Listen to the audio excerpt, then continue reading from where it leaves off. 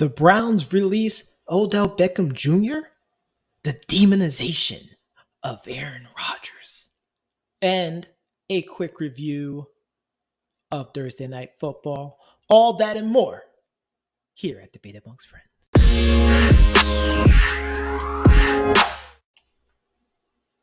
Oh, Podcast Nation! I'm not going to do the whole shtick.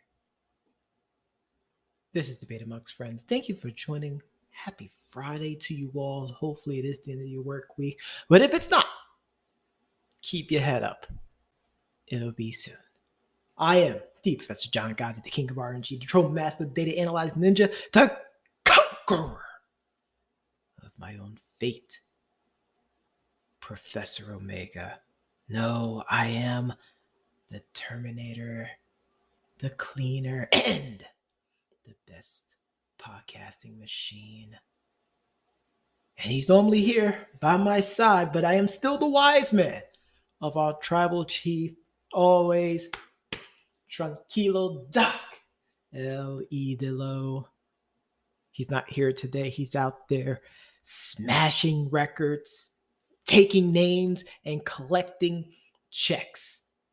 And there's no releases required. That's a big shout out to WWE. All the various 18 superstars being released yesterday. What a dark day. Hopefully they find some new jobs. Speaking of finding new work, though, Odell Beckham Jr., the rumor mills were stirring all around the mill about the damaged relationship between Odell Beckham Jr. and the Cleveland Browns organization, and it all culminated to him being released today. Happy birthday, Odell Beckham Jr. Here's your walking papers. He's currently still on waivers. I want to say there are certain teams that are eligible to pick him up on waivers. I think he's not going to get picked up on waivers, and he'll be free to sign wherever he wants. Of course, now the speculation is now out there in regards to where he's going to sign.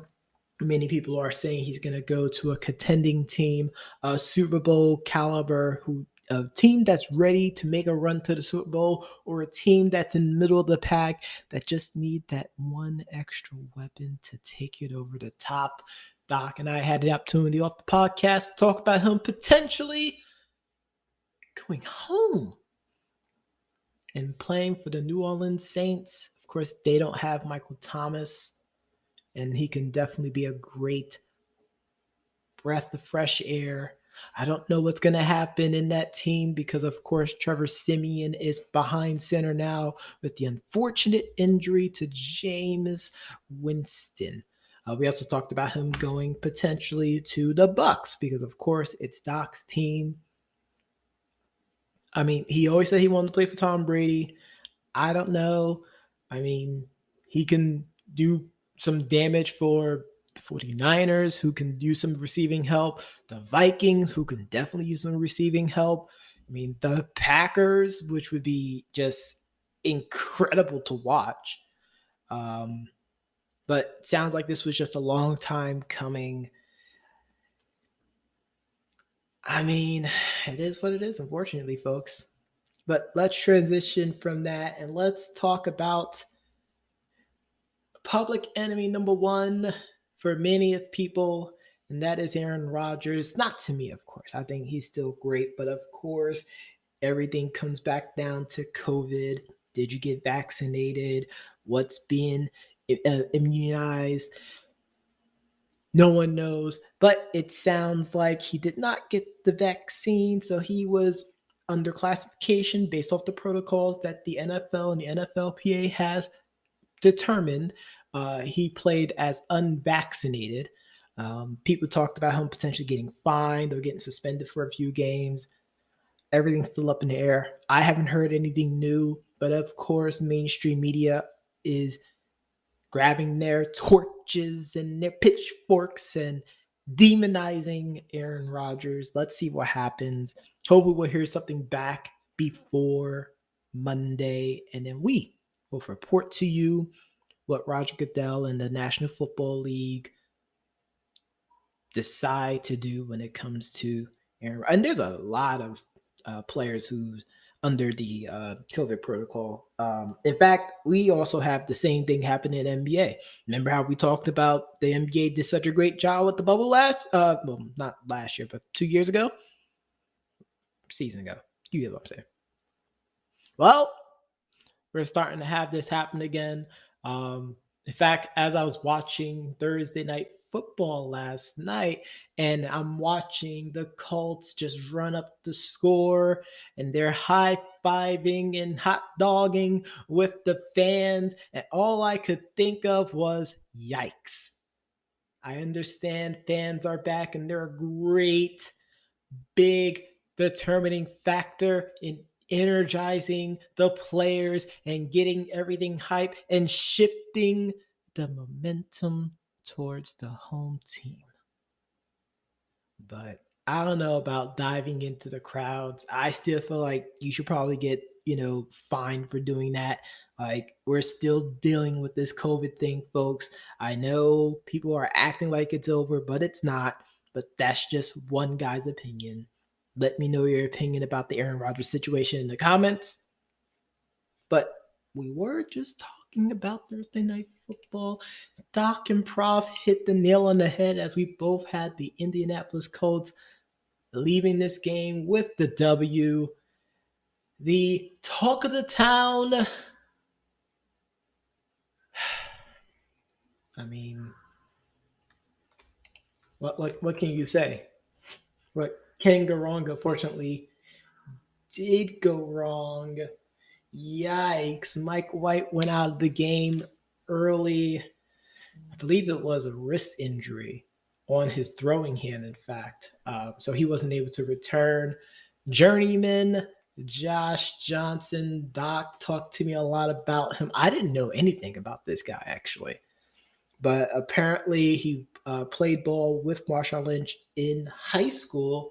And he was also on the Buccaneers at one point because, of course, he was, because that's the only reason why Doc would talk about him.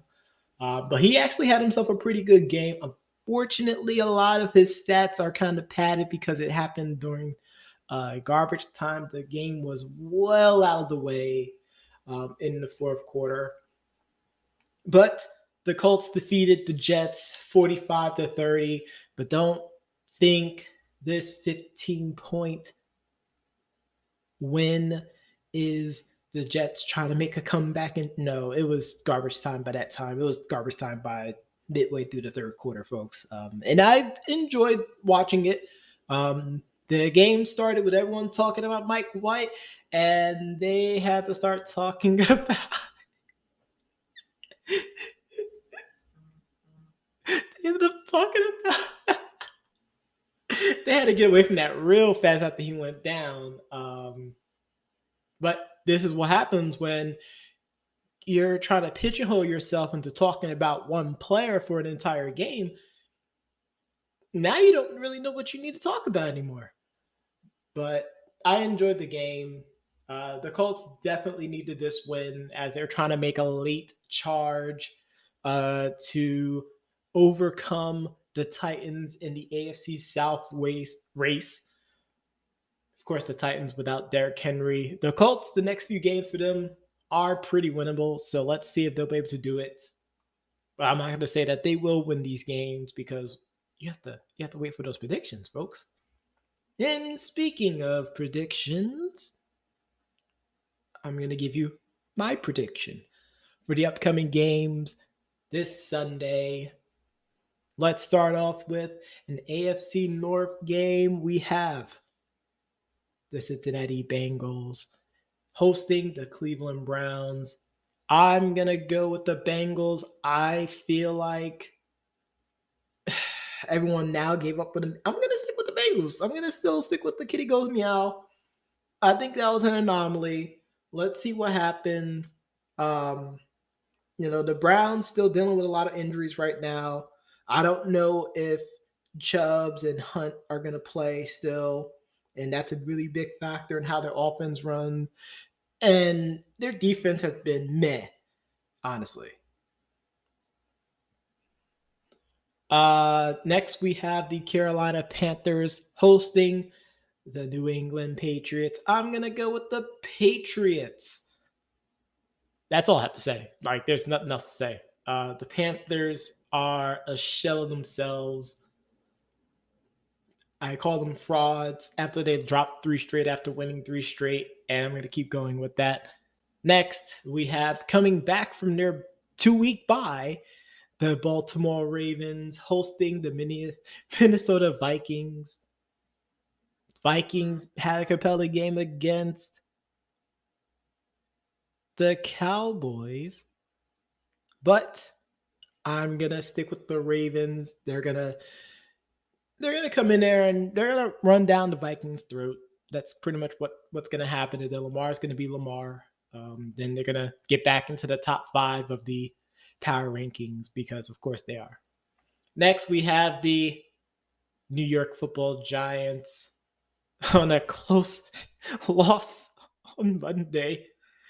Oh gosh, against the Kansas City Chiefs, hosting the Las Vegas Raiders. I'm gonna stick with the Raiders. Their offense is playing great. If you heard the episode yesterday, we talked about how well Derek Carr has been playing this season. I'm gonna stick with the Raiders. Next, we have the New Orleans Saints hosting the Atlanta Falcons. NFC South matchup here. I have the Saints. I think the Saints will do it. I think their defense is going to feed off that crowd a lot, and they're going to pull out a really good win. They was able to lock down Doc's Buccaneers and that, potent offense, and I see them carrying that over into this Sunday. Next, we have the Miami Frauds Dolphins against the Houston Texans. I'm just going to say the Dolphins. This is a trap game, but I'll just pick the Dolphins. Why not? Next, we have the Jacksonville Jaguars taking on the Buffalo Bills. I'm going with the Bills. Josh Allen is still dynamic. Stephon Diggs can still just is absolute Broadway. I mean, Dawson Knox, Cole Beasley, and their defensive front four is still really good. I don't think no one really talks about the Bills' front four, but they're really, really good. They could definitely get after the quarterback, and I see them winning by at least two scores. Next, we have the Dallas Cowboys hosting the Denver. It's the Cow. I'm picking the Cowboys. I'm just gonna pick the Cowboys. Next, we have the Philadelphia Eagles hosting the Los Angeles Chargers. I'm picking the Chargers. I'm not gonna show you and act like I'm gonna pick the Eagles.